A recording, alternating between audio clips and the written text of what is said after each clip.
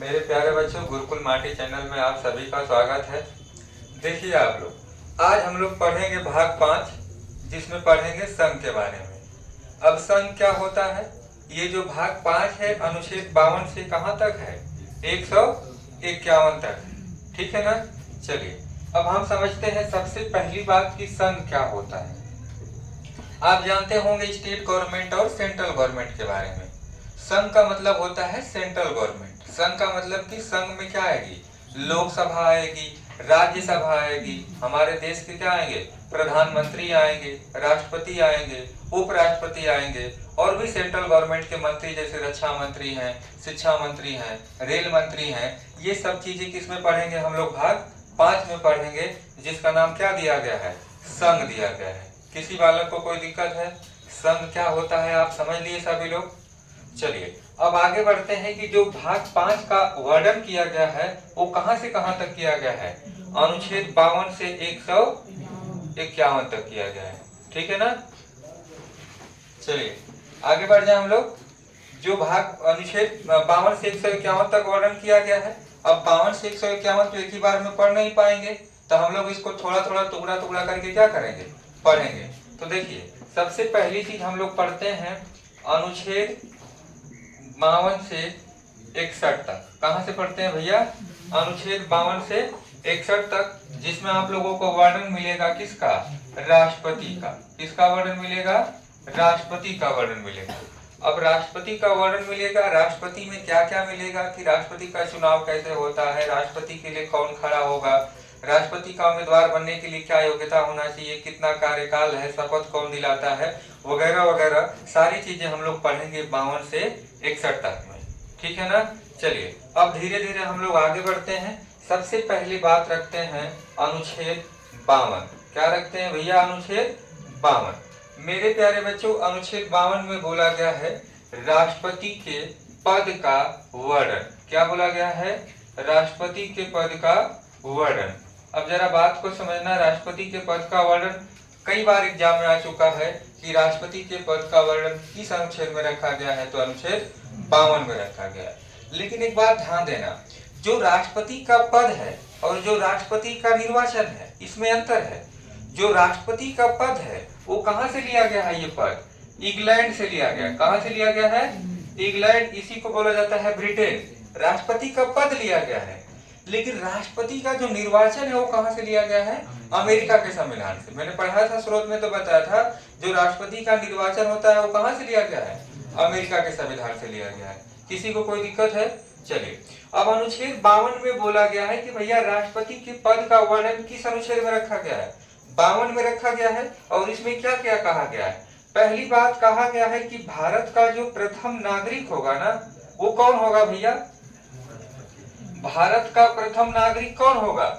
राष्ट्रपति होगा। जैसे गांव का प्रथम नागरिक गांव प्रधान होता है ना, जैसे कोई भी अधिकारी होता है या कोई भी व्यक्ति होता है तो कहां पहुंच जाता है? सबसे पहले गांव के प्रधान के पास पहुंचता है ना। अगर गांव में कोई अधिकारी जाए, चाहे कोई पुलिस वगैरह जाता है, तो सबसे पहले उसी के पास पहुंचता है, क्योंकि गांव का पहला नागरिक कौन होता है? ग्राम प्रधान होता है, क्योंकि सारी बातें उसी को पता होती है ना। किसका घर में कितने लड़के हैं, क्या क्या कंडीशन है, कितना लड़का नौकरी करता है, चाहे कोई बात है तो बताता है ना सारी बातें। उसी तरह से भैया भारत का प्रथम नागरिक कौन होता है? राष्ट्रपति होता है। दूसरी बात इसी में बोला गया है कि जो संघ कार्यपालिका होती है, कौन सी कार्यपालिका? संघ कार्यपालिका। संघ कार्यपालिका का अवास्तविक या अनौपचारिक अध्यक्ष कौन होता है? अवास्तविक अध्यक्ष कौन होता है भैया? राष्ट्रपति होते हैं। अवास्तविक अध्यक्ष कौन होते हैं? राष्ट्रपति होते हैं। संघ कार्यपालिका में कौन कौन आएगा? राष्ट्रपति आएंगे, लोकसभा आएगी और राज्यसभा आएगी। इसके जो अवास्तविक अध्यक्ष होते हैं कौन होते हैं? राष्ट्रपति होते हैं। लेकिन वास्तव में वास्तविक अध्यक्ष कौन होता है? प्रधानमंत्री होता है। संघ कार्यपालिका का जो वास्तविक अध्यक्ष होता है वो कौन होता है भैया? प्रधानमंत्री होता है, क्योंकि सारा काम कौन करता है? प्रधानमंत्री करता है। राष्ट्रपति महोदय तो बस क्या कर देते हैं? नियुक्ति दे देते हैं, लेकिन सारा काम कौन करता है? प्रधानमंत्री करता है। तो पहला अनुच्छेद 52 देख लिया आपने कि सर जी इस अनुच्छेद में राष्ट्रपति के पद का वर्णन है। दूसरी बात इसमें कहा गया है कि संघ कार्यपालिका का अवास्तविक अध्यक्ष कौन होगा? राष्ट्रपति होंगे और भारत का प्रथम नागरिक भी कौन होगा? राष्ट्रपति होगा। कोई दिक्कत है किसी बालक को? नहीं है ना? देखो एक बात तुम लोगों को बता देते हैं, हमें लगता है कि हम बहुत बड़े आदमी हो गए हैं क्योंकि हमारे खिलाफ अब साजिश रची जा रही है, हमारे खिलाफ विभाग आ रहे हैं। अब आम आदमी नहीं आ रहे हैं, विभाग आ रहे हैं। तुम लोग कल देखे होंगे हमारे लाइब्रेरी पे, देखे थे? पूरी टीम आई थी बिजली विभाग की, इतने लोग पीछे पड़ गए, साजिश लगने लगी है मेरे पीछे। हमें तो नहीं लगता है कि बहुत बड़ा आदमी हम हैं, जैसे आप हैं वैसे हम हैं। सही बात है ना हो विशाल? रामू सही बात है? ठीक है, चलो अगली बात हम लोग लेके चलते हैं भैया अनुच्छेद 53 में। अनुच्छेद 53 में बोला गया है, क्या बोला गया है? राष्ट्रपति की शक्तियां। क्या बोला गया है इसमें? राष्ट्रपति की शक्तियां किस अनुच्छेद में है? अनुच्छेद 53 में है। तो देखो राष्ट्रपति की शक्तियां हम लोग अलग से पढ़ेंगे, आया बात समझ में? अलग से का मतलब कि इस पे टाइम देना पड़ेगा, ठीक है, लास्ट में पढ़ा जाएगा। अगला भी देखो अनुच्छेद 54। अनुच्छेद 54 में बोला गया है राष्ट्रपति का निर्वाचन। क्या बोला गया है भैया? राष्ट्रपति का निर्वाचन, मतलब राष्ट्रपति महोदय का निर्वाचन कैसे होता है, क्या क्या उसमें योग्यता वगैरह चाहिए, कैसे कैसे उनका निर्वाचन होगा, ये सारी कहानी किस में बोला गया है? अनुच्छेद 54 में बोला गया है। दिवाकर जी आप बहुत मुस्कुरा रहे हैं, क्या बात है? अनुच्छेद 55 में लिखा गया है राष्ट्रपति का कोटा। क्या लिखा गया है भैया? राष्ट्रपति का कोटा। आप राष्ट्रपति का कोटा तो पढ़े होंगे ना, थोड़ा बहुत जानते ही होंगे कि सर जी 50% से एक ज्यादा चाहिए, किसको कोटा में? राष्ट्रपति महोदय को। लेकिन हालांकि और सभी चुनाव में ऐसे नहीं होता है, और सभी चुनाव में जो ज्यादा पाएगा वो चुनाव में क्या करेगा? जीत जाएगा। लेकिन इसमें ज्यादा पाने से मतलब नहीं होता है, इसमें 50% से ज्यादा चाहिए। क्यों? क्योंकि देखो और सभी चुनाव में तो अलग अलग वोटिंग पड़ती है, सबको वोट नहीं पड़ता है, मतलब जो व्यक्ति जाएगा किसी एक व्यक्ति को वोट डालता है ना, लेकिन राष्ट्रपति महोदय में सभी को वोट डाला जाता है। इसलिए बोला जाता है कि जो 50% से एक वोट ज्यादा पाएगा उसको क्या कर दिया जाएगा? जिता दिया जाएगा। हालांकि इसके बारे में मैं डिटेल पढ़ाऊंगा ये तीनों अनुच्छेद के बारे में, 53, 54 और 55, इनके बारे में आप लोगों को कैसे पढ़ाया जाएगा? डिटेल पढ़ाया जाएगा। कोई दिक्कत है भैया? चलिए इसके बाद मेरे प्यारे बच्चों हम लोग अगली कहानी देखते हैं। देखो अगली कहानी हम लोग देखते हैं, अनुच्छेद कौन सा आएगा? 55 तक हो गया है ना, अनुच्छेद 56 यहीं पे ले लो, अनुच्छेद 56 ले लेते हैं हम लोग। अनुच्छेद 56 में क्या बोला गया है? क्या बोला गया है? समयावधि या पदा अवधि, मतलब कार्यकाल की बात बोली गई है। किसकी बात बोली गई है? कार्यकाल की बात बोली गई है कि राष्ट्रपति का कार्यकाल कितने समय के लिए होगा। तो ध्यान से समझना, जो राष्ट्रपति महोदय बनेंगे वो जिस दिन शपथ लेंगे, शपथ से पहले की कार्यकाल नहीं जोड़ा जाता है, वो जिस दिन शपथ लेंगे उससे कितने साल के लिए रहेंगे?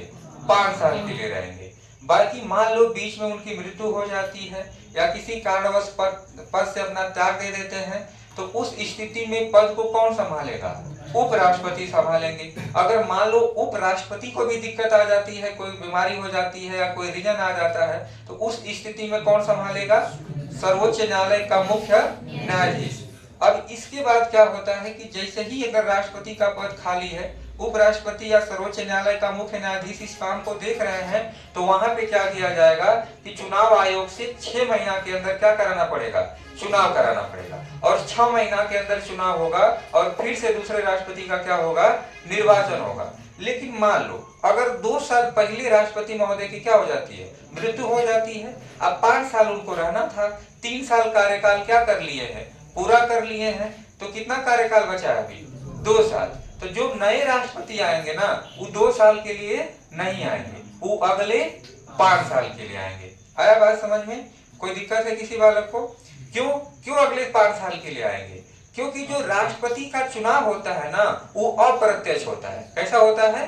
अप्रत्यक्ष होता है। वो अब राष्ट्रपति को जनता नहीं चुनती है। अप्रत्यक्ष का मतलब कि जिसको जनता द्वारा चुने गए प्रतिनिधि के द्वारा चुना जाता है, और प्रत्यक्ष का मतलब जिसको जनता खुद चुनाव करती है उसे प्रत्यक्ष बोला जाता है। तो राष्ट्रपति का चुनाव कैसे होता है?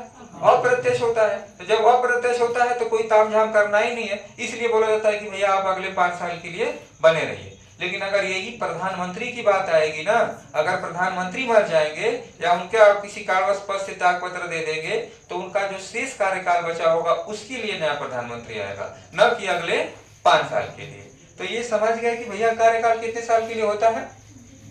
जिस दिन शपथ लेंगे उससे कितने दिन के लिए होगा इनका, 5 साल के लिए होगा। अगर बीच में इनका पद खाली होता है तो उपराष्ट्रपति संभालेंगे, लेकिन कितना महीने के लिए, 6 महीने के लिए। 6 महीने के अंदर क्या हो जाएगा, चुनाव हो जाएगा और नए राष्ट्रपति का क्या हो जाएगा, निर्वाचन हो जाएगा। अगली बात हम देखते हैं अनुच्छेद 57। अनुच्छेद 57 में कहता है भैया ना, इसमें बोला गया है कि असीमितता, असीमितता का मतलब कि राष्ट्रपति महोदय कोई भी राष्ट्रपति का पद पे खड़ा होना चाहता है तो कितने दिन के लिए खड़ा हो सकता है, कितना समय के लिए खड़ा गया है, तो भाई इसके लिए कोई निश्चित समय नहीं है। मतलब अनुच्छेद 57 में कहा गया है कि कोई भी राष्ट्रपति के पद पे खड़ा होना चाहता है तो सबसे पहली उम्र तो उसकी कितने होना चाहिए, 35 साल। उसके बाद वो जब तक न मरे खड़ा होते रहे, कोई बाउंडेशन नहीं है, उसके लिए कोई समय सीमा निर्धारित नहीं है। आया बात समझ में, उसके लिए कोई भी समय सीमा निर्धारित नहीं है। आप एकदम मरते रहिए, बेड पे पड़े रहिए, फिर भी पर्चा भर दीजिए, कोई दिक्कत नहीं है। लेकिन कम से कम उम्र कितना चाहिए आपको, 35 साल चाहिए। तो ये कौन सा अनुच्छेद कहा रहा है, अनुच्छेद 57 कह रहा है। किसी को कोई दिक्कत है भाई, नहीं है ना मेरे प्यारे बच्चों। अब हम लोग आगे बढ़ते हैं। अगला अनुच्छेद हम लोग पढ़ते हैं अनुच्छेद 58। कौन सा अनुच्छेद पढ़ते हैं, अनुच्छेद 58। देखो अनुच्छेद 58 क्या कहता है। अनुच्छेद 58 कहता है राष्ट्रपति की योग्यता। मतलब यदि आपको राष्ट्रपति बनना है तो आपके पास योग्यता क्या क्या होनी चाहिए। तो भैया देखो सिंपल सी बात है कि राष्ट्रपति आपको बनना है तो पहली बात, मैं लिख नहीं रहा हूं, समय लगेगा, मैं बोल दे रहा हूं, आप सुन लेना, ठीक है ना। तो सबसे पहली बात कि आपको भारत का क्या होना चाहिए, नागरिक होना चाहिए। पहली बात कि आप भारत के रहने वाले हो, फ्रांस, ब्रिटेन, जापान, इजराइल का रहने वाले नहीं चाहिए। आपको कहाँ का रहना चाहिए, भारत का रहना चाहिए। दूसरी बात कि आपको पागल या दिवालिया नहीं होना चाहिए। पागल तो आप जानते हैं, दिमाग का क्रैक आदमी, लेकिन दिवालिया का मतलब जो बैंक से करप्ट हो, मतलब बैंक से दिवालिया घोषित कर दिया गया है। कोई धन संपत्ति लिया था, लोन लिया था, लोन नहीं भर पा रहा है, बैंक ने उसे क्या कर दिया है, दिवालिया घोषित कर दिया है, तो ऐसा व्यक्ति नहीं होना चाहिए। अगली बात बोला गया है कि वो लोकसभा की सदस्यता का क्या होना चाहिए, उसके पास योग्यता होना चाहिए। अगली बात कि उसे कम से कम कितनी उम्र को पूरा कर लेना चाहिए, 35 साल उसकी क्या होनी चाहिए, उम्र होनी चाहिए। तो एक बात बताओ, गांव में इतना खलियर घूमत हुआ सो 35 साल उम्र भी बा, भारत का नागरिक भी बाना सो, पागल या दिवालिया ना बाना, कुल पढ़े लिखे से कोई मतलब नहीं है, चाहे पढ़े चाहे मत लिखे। तो कहेंगे ना कि ठीक है भैया हम भी राष्ट्रपति का पर्चा भर देते हैं। भौकाल बनेगा ना कि भैया फलाना राष्ट्रपति के पद पे खड़े थे, भले हारे चाहे जीते। तो बोला गया कि नहीं, देखिए अब इसमें निर्वाचन आयोग को दिक्कत आने लगा। कितना लोगों का पर्चा भरवाएंगे और कितना लोग चुनाव लड़ेंगे, सबको पर्चा भरवाएंगे तो दिक्कत होगा ना। तो राष्ट्रपति महोदय के चुनाव में बोला गया कि देखिए भैया कम से कम आपके पास को 50 को क्या होना चाहिए, प्रस्तावक होना चाहिए, क्या होना चाहिए, और 50 को क्या होना चाहिए, अनुमोदक होना चाहिए। क्या होना चाहिए, मतलब 50 को आपके प्रस्ताव करे, मतलब हस्ताक्षर करे कि हाँ भैया फलाने को खड़ा कर दिया जाए राष्ट्रपति के चुनाव में, और 50 लोग सपोर्ट करें कि हाँ हम आपके साथ में हैं। मतलब टोटल कितने लोग चाहिए, 100 लोग। और ये लेखा जोखा किसके पास जाएगा, निर्वाचन आयोग के पास। और निर्वाचन आयोग जिसके पास ये लेखा जोखा जाएगा, निर्वाचन आयोग जिसके लिए जा रहा है उसको राष्ट्रपति के पद पे क्या कर देगा, खड़ा कर देगा। आया बात समझ में। एक बात और सुने होंगे आप लोग गांव देहात में, जमानत जब्त की कहानी सभी लोग सुने होंगे कि भैया फलाना का जमानत जब्त हो जाएगा। आप भाषण में भी बहुत सारे नेताओं की कहानी सुने होंगे। जमानत जब्त में कुछ नहीं होता है। होता क्या है कि आप किसी भी चुनाव के लिए अगर पर्चा भरेंगे तो उसकी कुछ राशि जमा करनी होती है। आपका अगर सेंट्रल गवर्नमेंट का भर रहे हैं तो सेंट्रल गवर्नमेंट को, स्टेट गवर्नमेंट का भर रहे हैं तो स्टेट गवर्नमेंट की आपको पैसा जमा करना होता है। यदि आप राष्ट्रपति का पद पे खड़ा होते हैं तो आपकी जमानत जो राशि है वो कितनी होगी भैया, 14,000 रुपया। कितना होगी, 14,000 रुपया आप सरकारी खाते में, मतलब भारतीय रिजर्व बैंक में जमा कर देंगे, सरकार के खाते में 14,000 रुपया।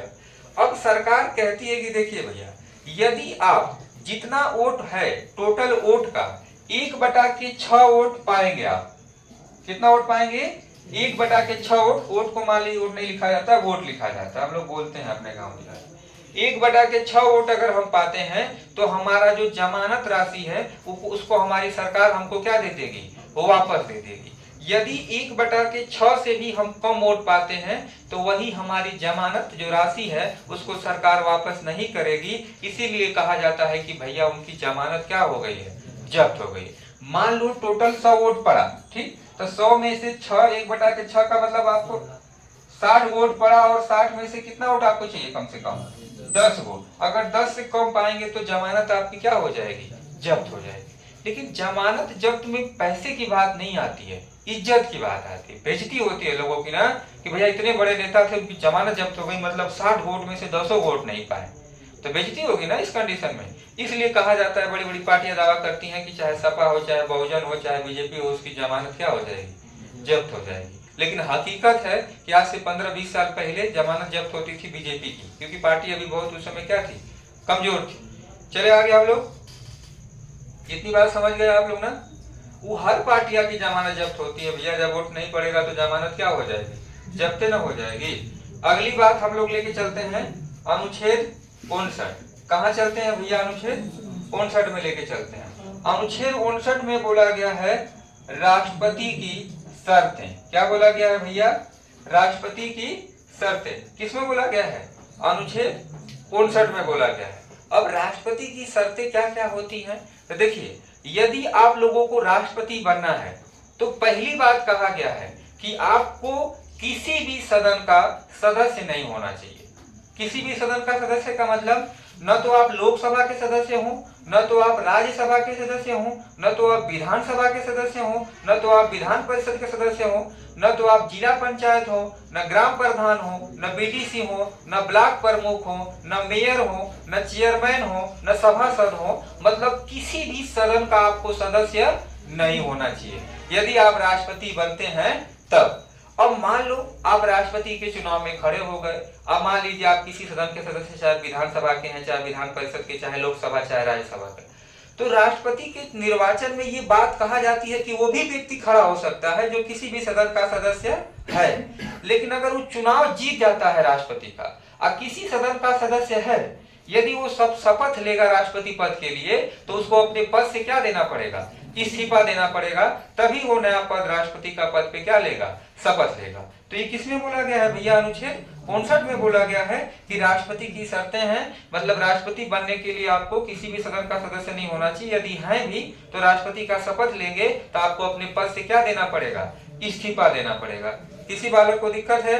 चलिए, अनुच्छेद 60 में क्या बोला गया है, अनुच्छेद 60 में बोला गया है राष्ट्रपति की शपथ। क्या बोला गया है, राष्ट्रपति को शपथ, मतलब राष्ट्रपति महोदय अगर आप राष्ट्रपति बनते हैं तो आपको शपथ कौन दिलाएगा। तो देखिए भैया, तो आपको शपथ कौन दिलाएगा राष्ट्रपति महोदय को, सर्वोच्च न्यायालय का मुख्य न्यायाधीश। अगर मान लो किसी कारणवश सर्वोच्च न्यायालय का मुख्य न्यायाधीश नहीं है, मान लो चला गया है गोवा के टूर पे, तो भैया उस समय कौन दिलाएगा आपको शपथ, सर्वोच्च न्यायालय का जो उससे छोटा पद पे होगा, मतलब वरिष्ठ न्यायाधीश होगा, वो क्या दिलाएगा आपको, शपथ दिलाएगा। मतलब सर्वोच्च न्यायालय के मुख्य न्यायाधीश को शपथ दिलाते, राष्ट्रपति महोदय को शपथ सर्वोच्च न्यायालय का मुख्य न्यायाधीश दिलाते हैं। यदि वो नहीं होंगे तो कौन दिलाएगा, वरिष्ठ न्यायाधीश। कोई दिक्कत है इतनी बात। अगली चीज हम लोग देखते हैं अनुच्छेद 61। क्या देखते हैं भैया, अनुच्छेद 61। देखो अनुच्छेद 61 क्या कहता है भैया, अनुच्छेद 61 कहता है राष्ट्रपति पर महाभियोग, राष्ट्रपति पर महाभियोग। मेरे प्यारे बच्चों देखो, राष्ट्रपति पर महाभियोग पहली बात ही कहां से लिया गया है, अमेरिका के संविधान से। कहां से लिया गया है, अमेरिका के संविधान से। जब स्रोत पढ़ाया था तो बताया था ना वहां पे कहां से कौन कौन सी चीजें ली गई हैं। तो राष्ट्रपति पर महाभियोग कहां से लिया गया है, अमेरिका के संविधान से।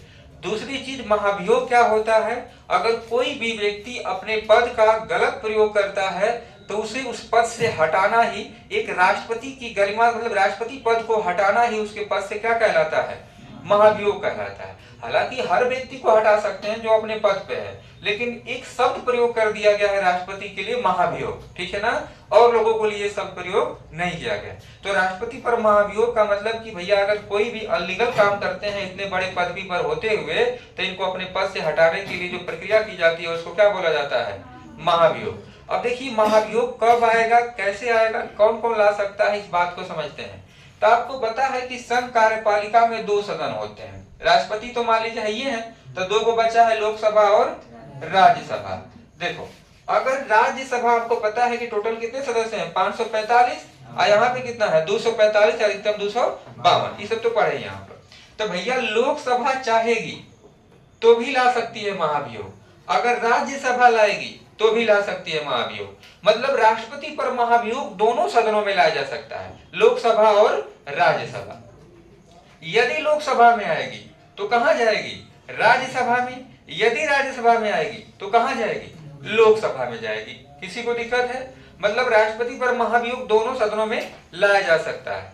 अगली कंडीशन हम लोग जानते हैं कि देखिए अगर किसी राष्ट्रपति पर महाभियोग लाना है तो सबसे पहले राष्ट्रपति को आप लिखित नोटिस देंगे। कितने दिन पहले, 14 दिन पहले नोटिस देंगे। अब राष्ट्रपति महोदय के पास ये नोटिस जाएगी, उनको बोला जाएगा कि भैया हम आपके ऊपर महाभियोग ला रहे हैं, यदि आपको अपनी कुछ सफाई में देना है तो आप आके दीजिए। तो मान लो 14 दिन पहले नोटिस चली गई, राष्ट्रपति महोदय आए, बोल दिए कि नहीं भैया हम गलती कर दिए, चाहे हमसे कोई गलती हो गया है माफ कर दीजिए, हम ऐसा नहीं करेंगे। तो चाहे तो सदन उनको माफ कर दे, चाहे तो उनकी बात ना माने और महाभियोग की प्रक्रिया को क्या रखे, वो जारी रखे। तो देखिए अब महाभियोग के लाने के लिए भी तो कुछ नियम कानून होगा। अब एक मान लीजिए सभी लोग तो राष्ट्रपति से खुश होंगे नहीं, कुछ लोग तो नाराज ना रहेंगे भाई विपक्ष पार्टी वाले, तो सोचेंगे ना कि महाभियोग लगे इनको हटा देते हैं। तो बोला गया है कि यदि किसी भी सदन में महाभियोग लाया जाता है तो कम से कम 1/4 सदस्य क्या होने चाहिए, प्रस्तावक होने चाहिए। कितने होने चाहिए, कम से कम 1/4 इसके समर्थन में आ जाए कि हाँ राष्ट्रपति के ऊपर क्या लाया जाए, महाभियोग लाया जाए। अच्छा यही 1/4 यदि लोकसभा में आते हैं तो भी कितना चाहिए, 1/4। मतलब अगर 100% में से 25% लोग तैयार हैं कि भैया हमको क्या करना है, राष्ट्रपति पर महाभियोग लाना है, तो 25% लोग तैयार लोकसभा से भी हैं और 25% राज्यसभा से भी हैं, तो महाभियोग की प्रक्रिया क्या हो जाएगी, चालू हो जाएगी। कम से कम 25% लोग समर्थन में आएंगे तभी चालू होगी, नहीं तो ये प्रक्रिया चालू नहीं होगी। अब मान लो इधर भी 1/4 लोग तैयार हो गए, इधर भी 1/4 लोग तैयार हो गए। यदि मान लो लोकसभा में लाया गया है महाभियोग का प्रस्ताव, तो अगर लोकसभा में महाभियोग का प्रस्ताव लाया गया है तो लोकसभा के जितने सदस्य होंगे टोटल मिलकर और राज्यसभा के जितने सदस्य हैं टोटल मिलकर, कुल मिलाकर इन दोनों सदस्य से 2/3 बहुमत, 2/3 बहुमत का मतलब समझते हैं आप लोग, लगभग 66%, लगभग 66% होगा ना। 2/3 बहुमत का मतलब कितना हो जाएगा, लगभग 66% आएगा ना। मतलब लोकसभा और राज्यसभा दोनों के सदस्य मिलकर 66% मत से इस बहुमत को क्या कर देते हैं, पूर्ण बहुमत से इसको पारित कर देते हैं महाभियोग एक्ट को। मतलब महाभियोग जो लाया गया है इसको दोनों मिलकर 66% वोट से पारित कर देते हैं, तो राष्ट्रपति पर क्या लग जाएगा, महाभियोग लग जाएगा। मतलब राष्ट्रपति को मजबूरन अपने पद से क्या करना पड़ेगा, इस्तीफा देना पड़ेगा। अगली बात जरा को समझना कि देखो 1/4 तो यहाँ भी किए, 1/4 यहाँ भी किए, लेकिन यदि लोकसभा से राज्यसभा में भेजना है या राज्यसभा से लोकसभा में भेजना है और टोटल इसको पास करवाना है तो कम से कम कितना बहुमत चाहिए भैया, 2/3 बहुमत। ये बात तो क्लियर है ना आप। यदि दोनों में लाने के लिए कम से कम कितना बहुमत चाहिए, 1/4, तभी ये प्रस्ताव की प्रक्रिया क्या हो जाएगी, चालू हो जाएगी। तो मेरे प्यारे बच्चों हम लोगों ने आज क्या सीखा, हम लोगों ने भाग 5 सीखा संघ के बारे में 52 से 151 तक। और संघ का मतलब मैंने बताया कि इसमें क्या आते हैं, राष्ट्रपति आएंगे, प्रधानमंत्री आएंगे, उपराष्ट्रपति आएंगे, सेंट्रल गवर्नमेंट की बात की जाएगी। ठीक है मेरे प्यारे बच्चों, आगे की कहानी आप लोगों को मिलेगी। धन्यवाद।